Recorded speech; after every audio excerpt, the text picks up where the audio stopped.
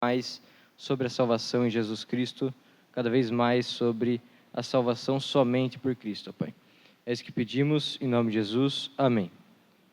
Então, como nós sabemos, como nós estamos vendo nesses últimos domingos, nesse mês, o mês da Reforma, nós estamos vendo sobre os pontos que foram tratados na Reforma, principalmente os 5 pilares que Martinho Lutero escreve. Então, Martinho Lutero, em 1510, ele faz uma viagem a Roma, ele sendo um monge católico, um monge que ele era devoto pelo catolicismo, ele então vai até a Roma para aprimorar a sua fé, para aprimorar a sua devoção ao catolicismo. Porém, quando ele chega em Roma, ele se decepciona. Ele entra nas missas, ele entra nas igrejas e se depara com algo horrível, algo que seria complicado. Ele observa uma corrupção, ele observa os padres fazendo missas rápidas, missas com pouco conteúdo bíblico, com pouca vontade e pouca centralidade em Cristo. E quando Martinho Lutero observa isso, ele sai, ele observa o resto e começa a ver padres e padres vendendo indulgências no meio das ruas. Indulgências fazendo com que as pessoas pagassem para receber a salvação. Então Martinho Lutero, ele fica extremamente apavorado com a situação e ele escreve as suas 91 teses, ele escreve as suas teses e prega na porta da igreja. Então veja, Martinho Lutero, ao chegar em Roma, ele se depara com isso, com a venda da salvação, com a mensagem não centrada em Jesus. Então, quando Martinho Lutero ele chega e vê isso, ele começa a reforma, ele começa a se motivar a trazer esse movimento. Então, Martinho Lutero ele começa isso. É até interessante porque na história nós vemos algumas histórias até engraçadas, porque tem uma história que um ladrão chega a um padre e fala assim: eu quero saber essas indulgências, esse dinheiro que eu te dou para pagar as minhas transgressões, elas pagam até mesmo aquilo que eu vou fazer no futuro? Daí ele fala sim. Então ele dá um dinheiro e fala assim: então está pago o que eu vou fazer no futuro? Daí o padre fala assim: está. Aí na saída do padre indo para outra cidade, o mesmo ladrão que pagou as indulgências vai lá e assalta esse padre, rouba o dinheiro que ele entregou para o padre e mais o resto que tinha lá das outras indulgências. Então esse era o nível. Era algo não centrado biblicamente, era algo que não tinha um fundamento bíblico, era algo que não tinha um fundamento na fé, na graça e em Cristo.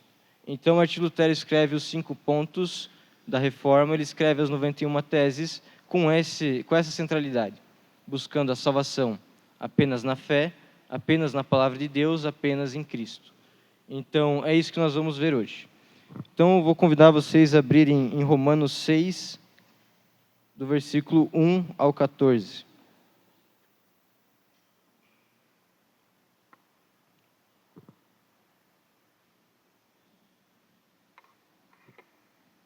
Diz assim a palavra de Deus: que diremos então? Continuaremos no pecado para que a graça aumente ainda mais?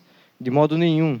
Como viveremos ainda no pecado, nós, que já morremos para ele? Ou será que vocês ignoram que todos nós, que fomos batizados em Cristo Jesus, fomos batizados na sua morte, fomos sepultados com ele na morte pelo batismo, para que, como Cristo foi ressuscitado dentre os mortos, pela glória do Pai, assim também nós andemos em novidade de vida. Porque se fomos unidos com ele na semelhança da sua morte, certamente o seremos também na semelhança da sua ressurreição.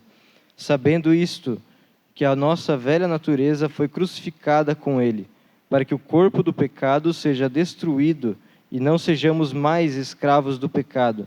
Pois quem morreu está justificado do pecado. Ora, se já morremos com Cristo, cremos que também viveremos com ele. Sabemos que, havendo Cristo ressuscitado dentre os mortos, já não morre, a morte já não tem domínio sobre ele.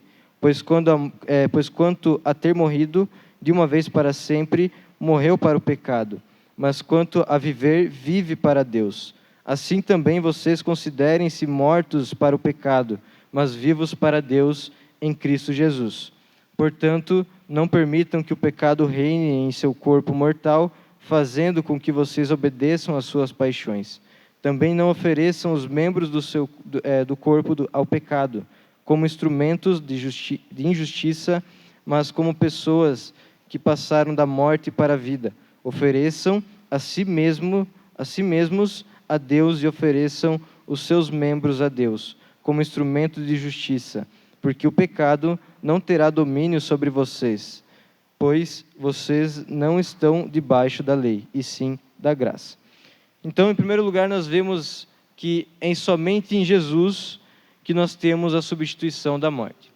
Então, eu, o pastor, o Felipe, todos que trazem a escola bíblica, todos que dão aula na escola bíblica também, trazem esse mesmo assunto sempre. Não é uma novidade para nós. É claro, se nós cansamos de entender que o pecado traz a morte, que o salário do pecado é a morte, nós não deveríamos nem ler a Bíblia, se nós cansamos de ouvir essa mensagem. Porque nós vemos desde o início até o fim essa mesma mensagem. Isso que nos encoraja a sabermos e ouvirmos mais sobre o Evangelho. E justamente é isso que esse texto que Paulo vai trazer mostra. A salvação vem através de Jesus. Por quê? Porque, em primeiro lugar, ele nos substitui na sua morte. Ele substitui a nossa morte na cruz. Nessa cruz.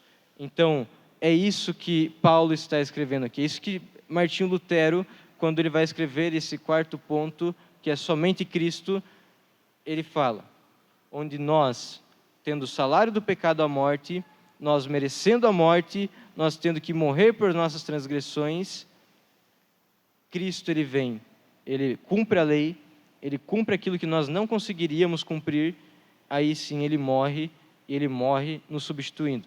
Então, se nós observarmos o texto, ele vai trazer algo onde, essa informação, onde nós somos batizados na cruz de Cristo, onde nós somos substituídos nele. Se nós observarmos o capítulo anterior, capítulo 5, nós vemos que ele traz essa ideia, quando ele mostra a substituição da representatividade de Adão para a representatividade de Cristo. Então, é isso que Paulo está discorrendo. Nós, uma vez, éramos responsáveis, uma vez nós éramos sob Adão. Adão nos representava, era em Adão que nós tínhamos a condenação pelo pecado, era em Adão que nós tínhamos a desobediência da lei de Deus lá no Jardim do Éden, mas é agora em Jesus, através da fé, através da graça, através do Evangelho pregado na Palavra de Deus, que nós temos a substituição. Agora não é mais sobre a lei, agora é sobre a graça, sobre a substituição. Jesus cumpriu a lei. Jesus cumpriu aquilo que Adão não conseguiu cumprir, para que nós agora tenhamos vida.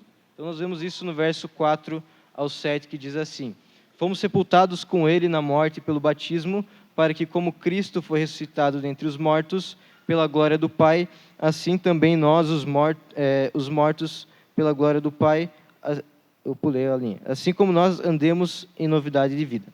Porque se fomos unidos com ele na semelhança da sua morte, certamente o seremos também na semelhança da sua ressurreição. Sabendo isto, que a nossa velha natureza foi crucificada com ele, para que o corpo do pecado seja destruído, e não sejamos mais escravos do pecado, pois quem morreu está justificado do pecado. Ora, se já morremos com Cristo, cremos que também viveremos com ele. Então, através da fé, isso o pastor falou, acho que não foi nesse último, acho que foi no outro, sobre a salvação, sobre a fé, sobre somente a fé nós temos a salvação. Através da fé, nós temos uma união com Cristo. Através da fé, nós não agora estamos mais mortos nos nossos pecados, mas de acordo com esse texto, nós estamos mortos a nosso velho homem na cruz.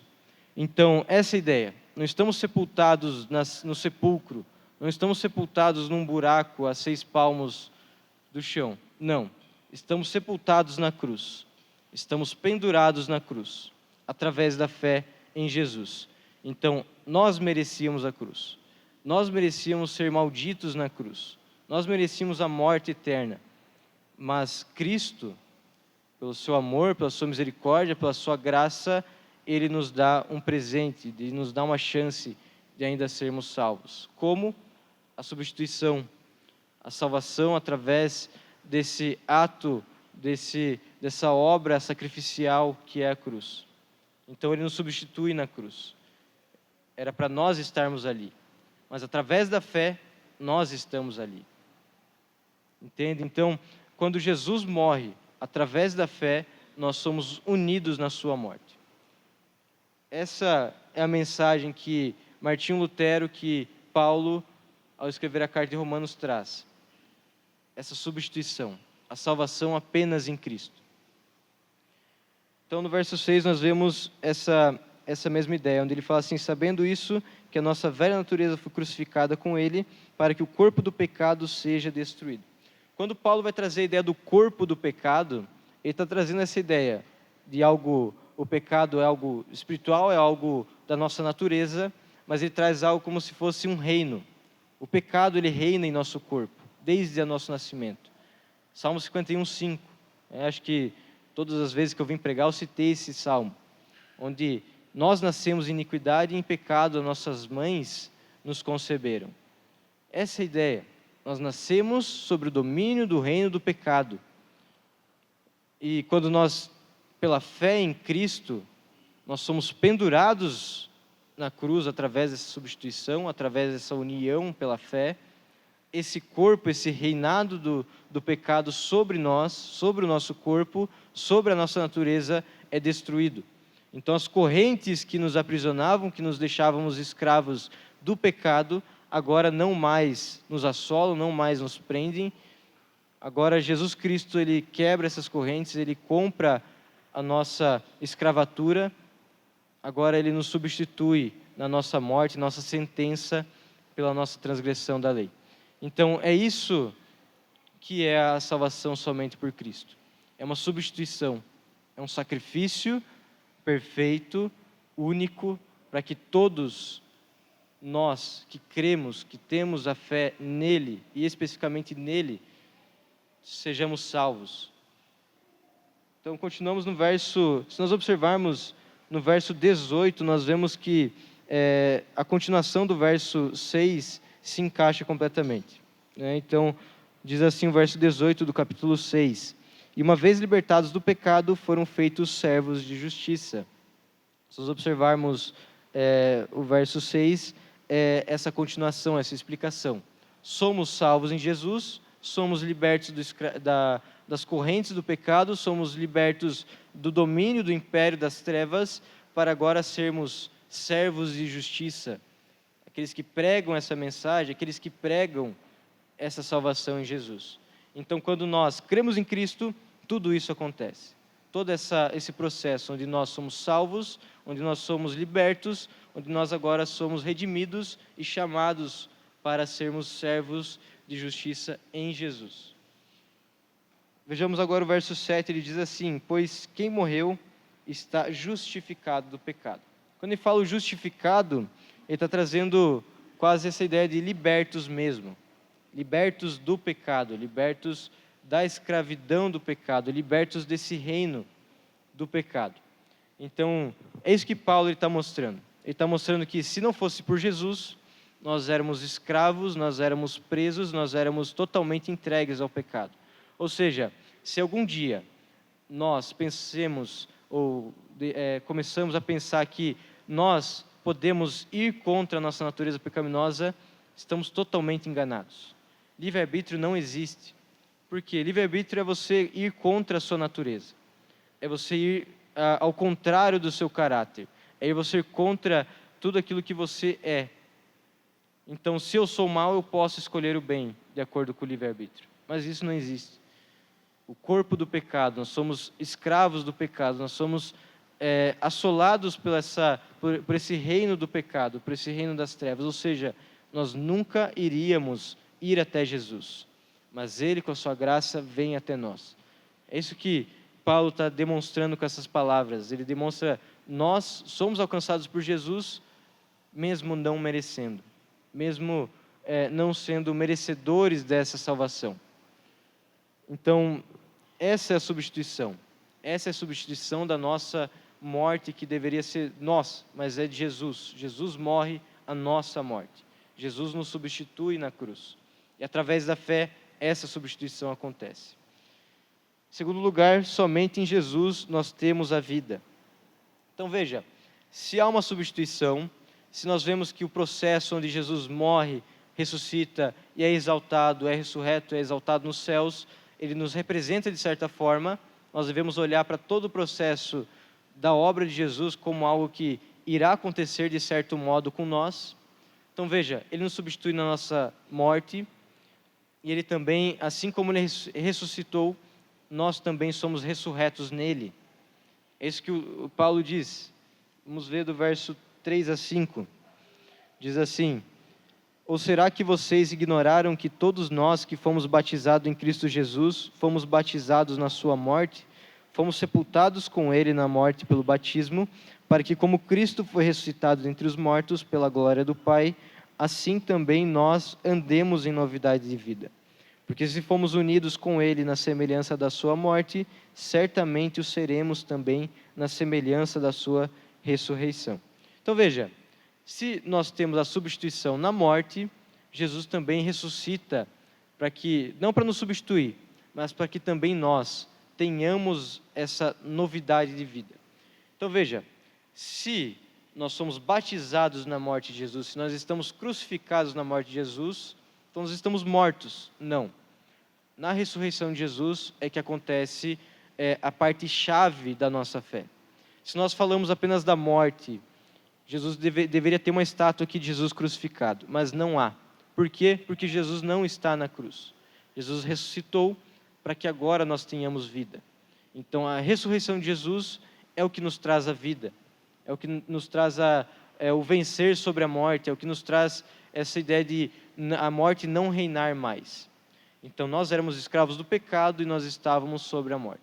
Mas agora nem o pecado, nem a morte nos assola, nem a morte nos pertence. Agora Jesus, ele vence a morte, ele vence o pecado. Então, através da fé, nós temos na morte de Jesus a substituição e na ressurreição a vida. É isso. Parece simples e é realmente simples. Quando Jesus ressuscita, nós que estávamos pendurados, agora temos uma nova vida. Jesus nos entrega uma nova identidade. Jesus nos chama a vivermos em novidade de vida, assim como o texto diz. É justamente isso. É uma nova vida. Assim como Jesus, quando vai a Nicodemos em João 3, ele fala: convém que você precisa nascer de novo. Aí Nicodemos não entende de primeira. Essa é a ideia. Em Jesus, através da fé nele, nós temos esse novo nascimento, através da ressurreição de Jesus. Então veja, todo o processo que Jesus faz na cruz, na ressurreição, na exaltação, no subir aos céus, tudo é um processo que nós também iremos passar de certo modo. Na cruz nós somos substituídos por ele, na ressurreição nós recebemos a vida e depois nós somos elevados ao céu.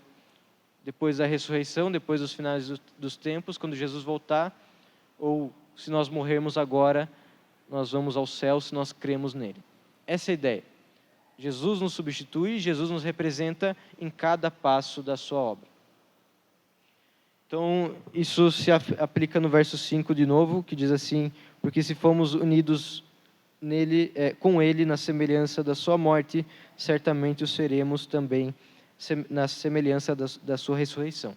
Então Paulo está possivelmente aqui referenciando a volta de Jesus também.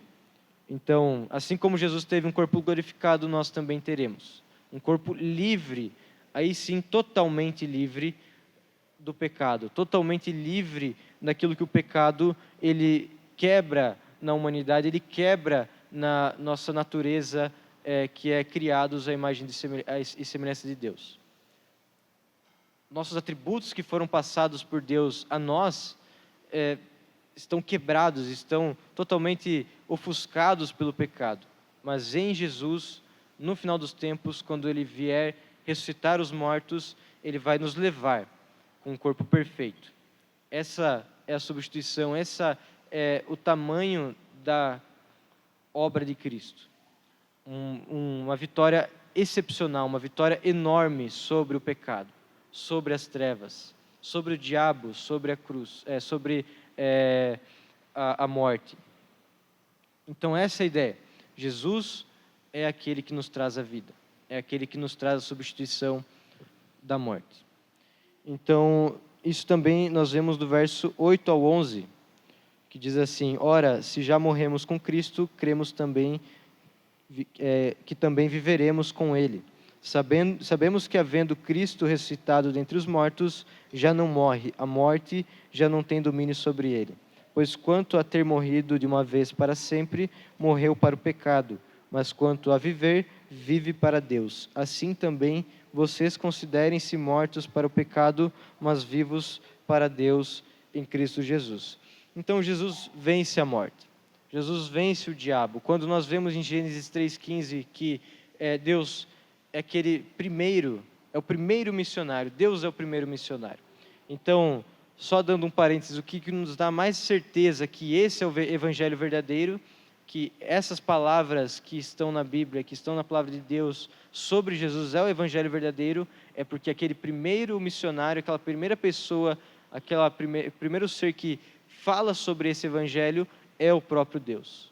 Então Deus ele chega para Adão e Eva depois da queda e fala assim, para eles e para a serpente, para o diabo: porém inimizade entre ti e a mulher, entre a tua descendência, entre o teu descendente, esse lhe pisará na cabeça e tu lhe ferirás o calcanhar.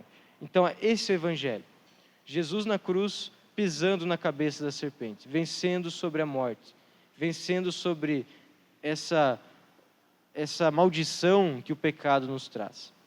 Então, através dele nós temos a vida, através dele nós temos essa novidade de vida, esse vencer sobre a morte. A morte já não nos preocupa.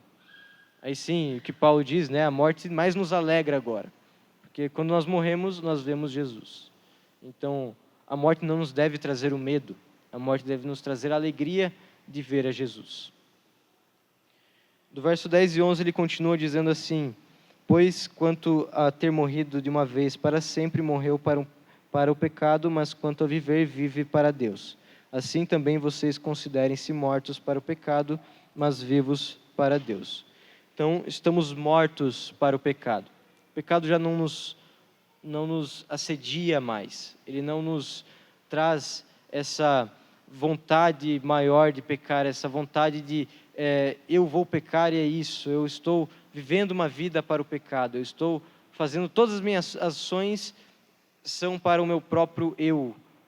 Não, Jesus, pela sua misericórdia, ele nos traz também essa oportunidade de fazermos boas obras, mas não por nós, e sim por intermédio dele, do seu Santo Espírito. Então, estamos mortos para o pecado, estamos mortos para esse mal. Agora nós somos, assim como diz o verso 18, nós somos agora enviados de justiça, somos pessoas justas em Cristo. Em terceiro lugar, nós vemos que somente em Jesus devemos entregar nossas vidas. Então, no verso 12 ao 14, ele diz o seguinte: portanto, não permitam que o pecado reine em seu corpo mortal, fazendo com que vocês obedeçam às suas paixões. Também não ofereçam os membros do corpo ao pecado como instrumentos de injustiça, mas como pessoas que passaram da morte para a vida.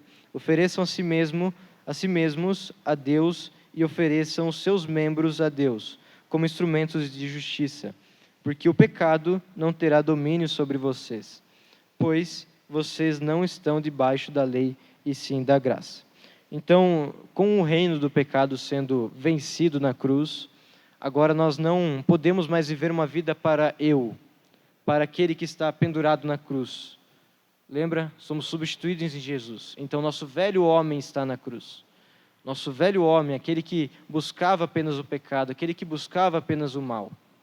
Mas em Jesus agora nós podemos viver uma vida para Ele, buscando Ele, buscando honrar e glorificar a Ele de todo o nosso coração. Então, em Jesus, nós devemos ter esse viver a Ele. Então, Paulo ele sempre traz isso. Paulo ele vê que a santidade só é alcançada se você vive uma vida sacrificial, uma vida unicamente a Cristo. Ele repete isso em Romanos 12, quando vai falar que o sacrifício vivo deve ser apresentado. Esse é o nosso culto racional. Essa foi a última pregação do Felipe, vocês devem lembrar muito bem. Então, nós devemos viver uma vida, sacrificar o nosso eu, sacrificar aquele que está, aquela vontade do pecado, aquela vontade de pecar, aquela vontade de ir contra Deus. Isso deve ser sacrificado. Isso deve ser colocado na cruz, diariamente. Como Jesus disse, aquele que quer vir após mim, tome a sua cruz. Então, para nós sermos discípulos de Jesus, nós devemos tomar nossa cruz. Nós devemos nos pendurar na cruz todos os dias. Nós devemos abandonar a nossa natureza, abandonar a nossa vontade pecaminosa para viver uma vida para Ele. Essa é a nossa identidade nova. É isso que Cristo nos chama a viver, uma vida nova.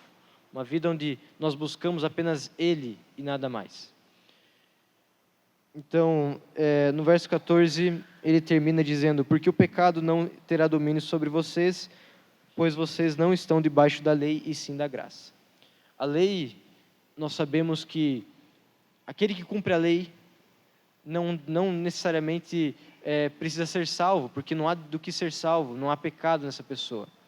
Mas nós sabemos também que nenhum ser, principalmente nós homens, podemos cumprir essa lei. Nós não conseguimos cumpri-la por causa da nossa natureza pecaminosa.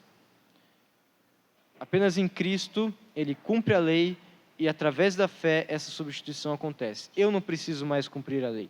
Ele já cumpriu por mim. Então eu não estou mais debaixo da lei. Agora eu estou debaixo da graça dEle, desse favor imerecido que Ele nos traz. Então, em Jesus, nós temos essa substituição também. Nós não precisamos mais nos preocupar com a lei de certo modo, nós nem conseguimos cumprir a lei. Nós olhamos para a lei e devemos lembrar de Deus, um caráter santo, um caráter maravilhoso. E nos lembrar que nós somos os piores pecadores que existem.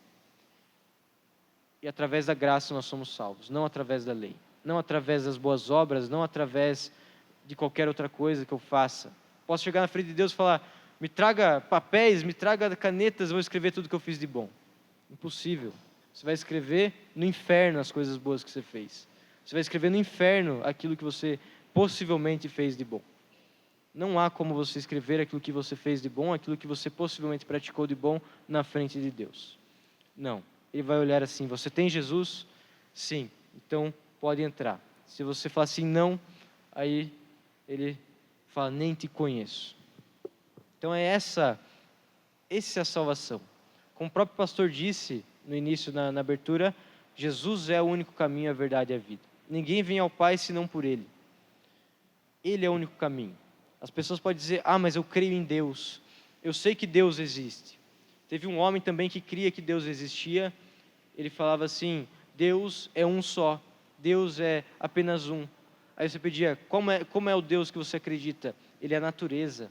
Ele crê que Deus é um só.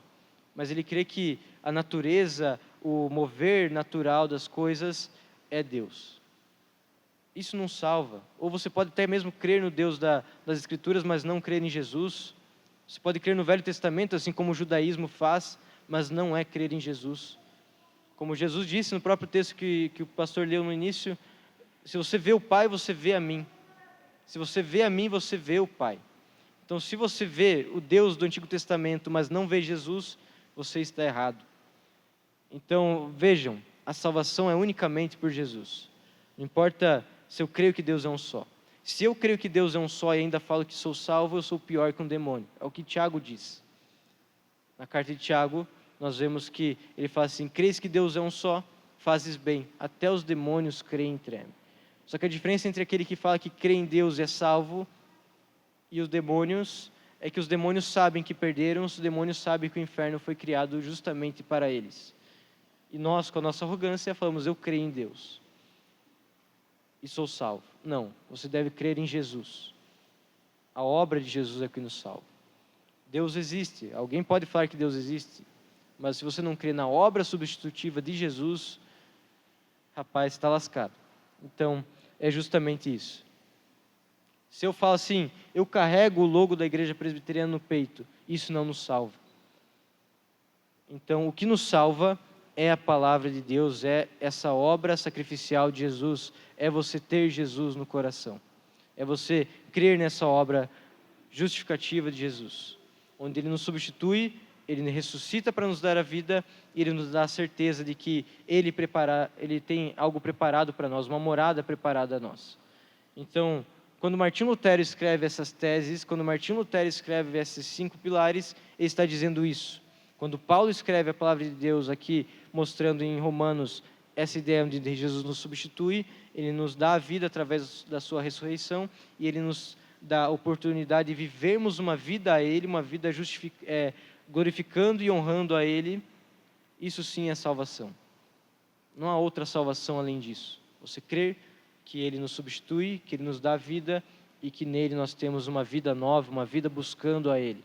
Uma vida fora do alcance do pecado, uma vida fora desse reino do pecado que nos assola. Então, essa é a ideia que nós vemos nesse texto. Amém? Vamos orar então, mais uma vez.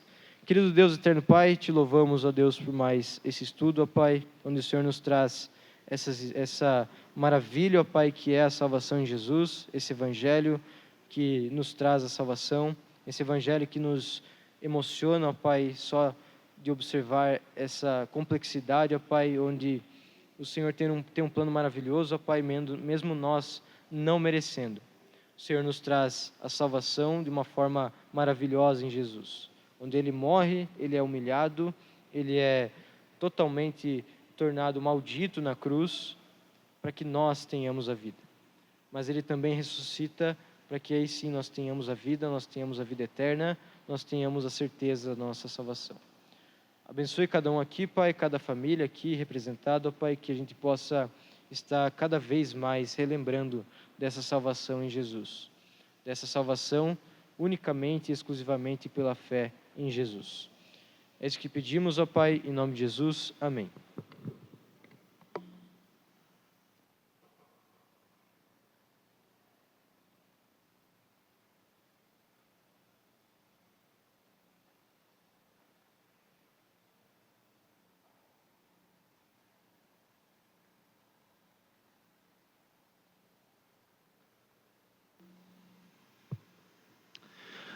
Meus irmãos, como é bom nós termos os benefícios da cruz do Calvário, né? Nós podermos ser agraciados com o perdão em Cristo Jesus, com uma nova vida. Hoje, você que crê em Jesus Cristo, você está nele. Você não pertence mais a si mesmo. E por isso você pode desfrutar de uma nova vida. Deus quer que você experimente a vida que Ele tem para você. E essa vida foi conquistada com muita dor, com muito sangue derramado. Essa vida foi conquistada com uma vitória tremenda sobre a morte. E quando essa vida atinge o teu coração, também não é algo simples. É algo muito profundo, porque quando ela transforma o teu interior, é um milagre que Deus está fazendo no teu ser. Ser de Cristo é viver uma nova vida, uma vida em liberdade. E é isso que a palavra de Deus deseja para você. Porque você é de Cristo, então você tem liberdade para viver uma vida nas tralhas do pecado? Não, Deus te chama a uma nova vida. Que você possa nessa semana levar esse testemunho do Jesus vivo. Não o Jesus que está pregado numa cruz. Se você pensa que o meu Jesus ainda está pregado, como se fosse um símbolo morto de uma morta geração, está mal, você se enganou. Ele vive e brilha mais do que os raios do sol. Então seja corajoso para mostrar esse caminho, a verdade e a vida, pois as pessoas que encontrarem esse Cristo vivo, elas realmente desfrutarão de uma nova vida restaurada e transformada pelo poder do Senhor Jesus. Vamos nos colocar em pé para nós orarmos, para nós pedirmos a Deus por uma semana abençoada. Todos nós teremos desafios nessa próxima semana aí. Quem não tiver lutas, avisa que daí a gente vai pedir a receita para você, como que você tem uma semana de não lutar com você mesmo, com outras coisas. Mas todo mundo tem lutas. Vamos orar a Deus para Deus nos abençoar. Ó Deus amado, agradecemos ao Senhor pela palavra ministrada a nós, agradecemos a Deus porque podemos desfrutar dos benefícios do Teu Filho amado que foi entregue por nós na cruz do Calvário e venceu a morte pelo poder do Espírito Santo. Agradecemos, ó Deus, por ser membros da família do Senhor. O nosso Rei triunfou sobre todas as coisas, venceu a morte, o pecado e tudo que nos impedia de ter uma vida feliz, uma vida transformada. Sabemos, ó Deus, que o Senhor Jesus reina e que em breve voltará, que enquanto isso não acontece, que nós possamos proclamar o nome de Jesus. Peço a Deus pelas famílias da Tua igreja, pelos meus irmãos amados, ó Deus, que estão aqui, peço que a Tua bênção esteja sobre a vida deles, e a bênção do Senhor, Deus, sobre nós é a Tua presença. Nós queremos, ó Deus, intensamente ser tocados pela presença do Senhor. Também, ó Deus, queremos pedir que o Senhor trabalhe em nosso coração, e se for necessário, ó Deus, nos humilhar nessa semana, o Senhor nos humilhe para a Tua glória, para que nós possamos entender que sem Ti nós não somos nada, para que nós possamos entender que a única forma de termos uma vida abençoada é quando o Senhor brilha em nós, quando o Senhor está perto de nós.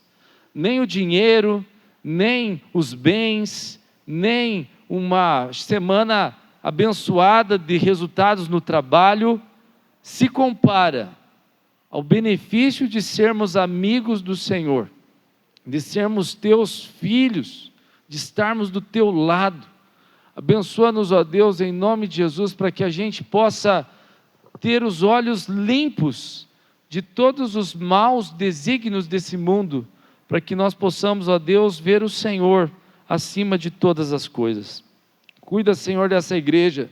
Essa igreja precisa ser o sal para restringir o mal do mundo, e precisamos ser a luz do Senhor para resplandecer as virtudes daquele que nos chamou das trevas para a sua maravilhosa luz. O Senhor sabe que nós não conseguimos por nós mesmos, porque nós somos fracos, porque nós somos pecadores, nós não temos condições em nós mesmos, mas o Senhor é poderoso para fazer em nós infinitamente mais do que pedimos ou do que pensamos.